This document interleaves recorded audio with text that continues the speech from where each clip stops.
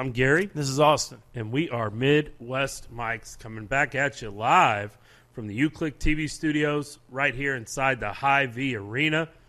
It's another great week. Took a week off last week, no show. And then we are back this week. Going to have another exciting show. Royals baseball is back. I watched most of the games all weekend long. I know you were not able to watch most of them, but no, anyway, I got good week, good couple weeks. Yeah, I got to kind of keep track of them. I got to watch last night's game, which was awesome. They put up 14. It was the best one to watch. Put up 14, and so just as they were kind of critics were coming at him for not being able to hit real well, not putting up points. Well, they were only 3 games in, so yeah, whatever. They put out 14, which was nice to see. I thought the bullpen actually did a really nice job. Well, Montgomery gave off 5, and pretty quick, and then our bullpen came in and did a really nice job. So that was really nice to see too. Royals have had a really nice 12 hours. We probably go ahead and talk about the new owner. New owner. Some of you guys might recognize the name. Yeah. So Patrick Mahomes became a part owner of the Royals. They brought him in, and he's part of the ownership group now. We don't really know what the details are. But we do know he's the youngest guy to ever be any kind of ownership group on an MLB team. Now, there was rumors about Travis Kelce was in part of A-Rod and J-Lo's bid to buy the Mets. So obviously this is something that the guys have talked about as far as being a good investment, which it is. So Mahomes probably saw an opportunity and jumped on it. And I think it's awesome. There's really probably no better investment you can make. We were talking right before.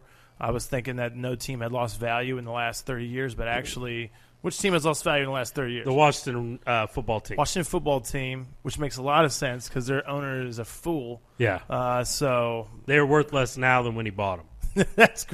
Which is crazy. That is in crazy. Professional sport. That is crazy. So we want to say, my take on it is, 25 years old and you're part owner of a major league sports team. Worst comes to worst, whatever. You still have that, you'll have that forever. And you're the king of Kansas City. Pretty much. So that guy, everything he touches goes to gold right now. Next up is get him a spot in Sporting. What the heck? Let's go. Yeah. So anyways, I thought that was pretty cool. So I keep saying World Series, and I'm going to say it now. We're going to have that 60-game playoff World Series now that we got Mahomes. Yes. I know you've been calling it from the get-go that the Royals are going to do it. It was out of fun before, but I think, when whatever Mahomes touches, it's gold, right? Yes, pretty absolutely. much. So, it's not a bad thing at all. Yeah. So, pretty cool. All right. So that's just a couple little news and notes. Obviously, Royals being 2-2. We can talk more about that, here in a little bit. But we'll welcome in our guest at this time, Jason West. He is the communications director for the Missouri State High School Activities Association, or MSHSAA. For short. They released their plan for fall sports on July 15th, so not too long ago, and we wanted to have him on to kind of talk through that. We know a lot of coaches and players and parents watch our show on the Missouri side here in the Kansas City metropolitan area, so some questions have been raised, and so Jason's been kind enough to join us and kind of talk about that plan a little bit. So welcome to the show, Jason. Thanks, guys, for having me on. And as a Dallas Cowboy diehard fan, I also want to thank you for leading off the show, bad-mouthing the Washington football team. That's a great job right there. Well, if you did you know that Gary? I know Gary's wearing a Chiefs hat today because he kind of married into the Chiefs. But this guy to my left is probably one of the most diehard Cowboys fans I know.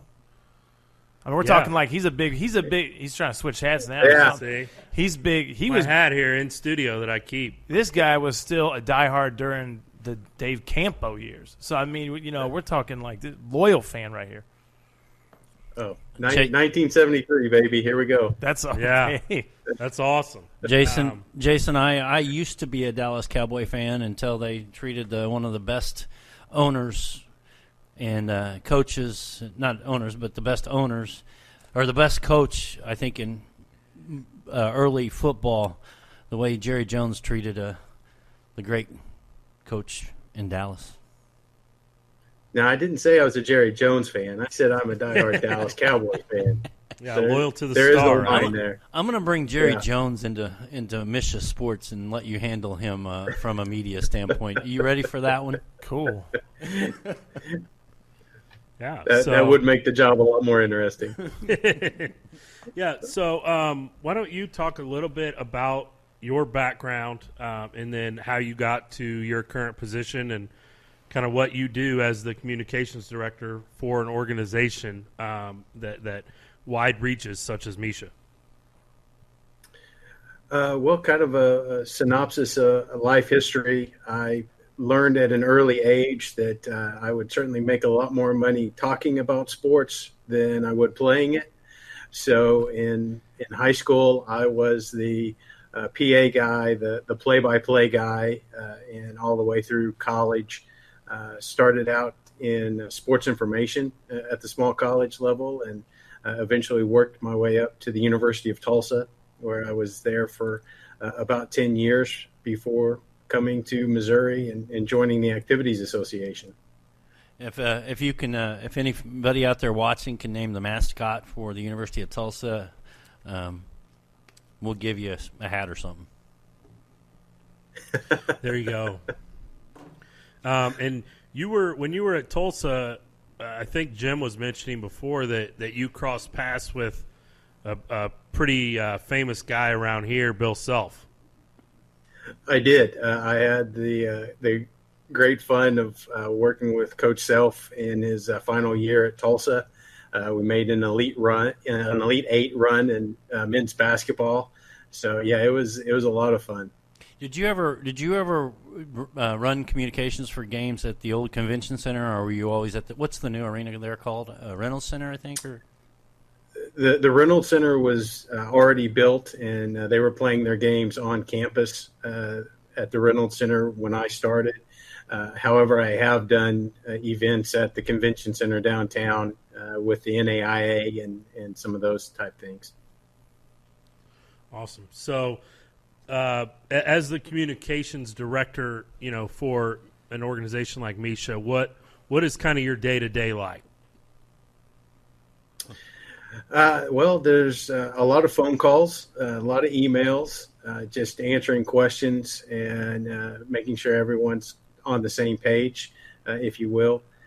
We do have some new people on staff that have kind of taken over the social media aspect. So just more of a monitoring of those mediums now, which is very nice. Mm-hmm.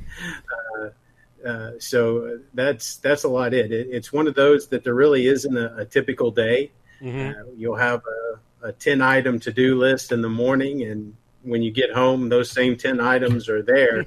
But you've had a full day, and so that certainly keeps you on your toes.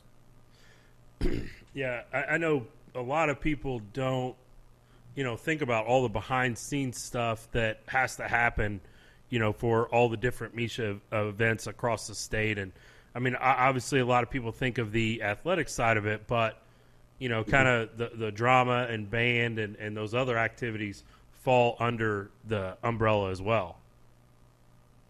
That's very true. And we're one of 26 state associations that are actual activity associations. We have sports.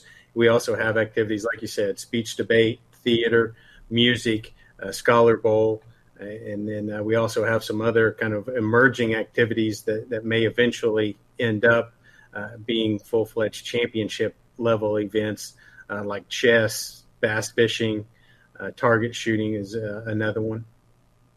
Yeah. Has there been any talk about adding esports? There has, and actually this past winter at our area meetings every January, as well as on the annual questionnaire in February, there were some topics about esports and what its popularity might be, and actually it was added to the emerging activity list this past year by the membership on the ballot. So that's on the emerging activity list too. I would say that makes sense too, because I've actually seen it. And I can't name the colleges, but I've seen some colleges are actually doing it's not anything major. I think they're doing like minor scholarships for esports. because you're seeing some of these some big money roll into esports. Some former basketball players, like I know Rick Fox from way back with the Lakers. He's a heavy investor. Some of these other guys. So it's actually, and then when you look at YouTube and the Twitch and all that stuff and all the money that generates, it only makes sense to kind of bring that down to a level to where these guys want to start doing that, in school. It's crazy. I mean, it's crazy to me. I think it's really cool. Real quick, walk us through. Now, I know it's probably something maybe you want to get it out of your brain, but walk us through some of the decision making that was made to shut down some of the sports back in March. Just kind of how was that? Well, we were in Springfield already and monitoring the situation, trying to come up with a way that we could finish the tournament all the way through all classes. And I had a meeting with the local health department there the morning of that we're supposed to start the class 1, 2, and 3 games, and found out that they had been given some new information as well, and felt that we needed to take a little bit of a turn in the direction we were going and start limiting the number of fans. They didn't necessarily give us the full information they had at that time because they really couldn't, but strongly suggested that we take a look at how many people that were coming in to the arena and participating in the event. So at that point, we made the decision to say 150 fans per school, per team, because we did have a school that had both boys and girls there. And luckily, we're able to get that message out quickly to the schools, and the schools were great about implementing that plan and how they were going to take care of it on their end. We did have some schools that were driving in at that time because they had about a 6-hour drive from the northwest part of the state. But even getting a hold of them and them implementing their plan for that day, it was really amazing to watch how well that worked out. And then moving into the next weekend, we were hoping to get the class 4 and 5 still in, and we're planning on that. Even met with the teams on Sunday. Had a couple of conference calls with them to get information out and give them basically a schedule of events as we had planned. And then Monday morning, more information came in, and we had to make the call that we couldn't do it. Well, you guys were one of the few sports going on around the whole country that day, that Saturday, the 14th. Mm-hmm. College was pretty much done. Pros were pretty much done by that point. I know Gary and I called all the games at Blue Springs, that state quarterfinal over there, and mm-hmm. we had somewhere around 30,000 viewers, which was unreal for what we normally get during playoffs. Did you take any? Did you get any criticism for still going after, especially your neighbor just to the west of you, Kansas, already shut down? We get criticism on everything, no matter what it is. So that's nothing new. But there was some negative feedback, especially people that were outside of the tournament and saw the NHL and all the other, the NBA closing up games, and that, especially that Saturday with the quarterfinals going on across the state and the championship games taking place there in Springfield.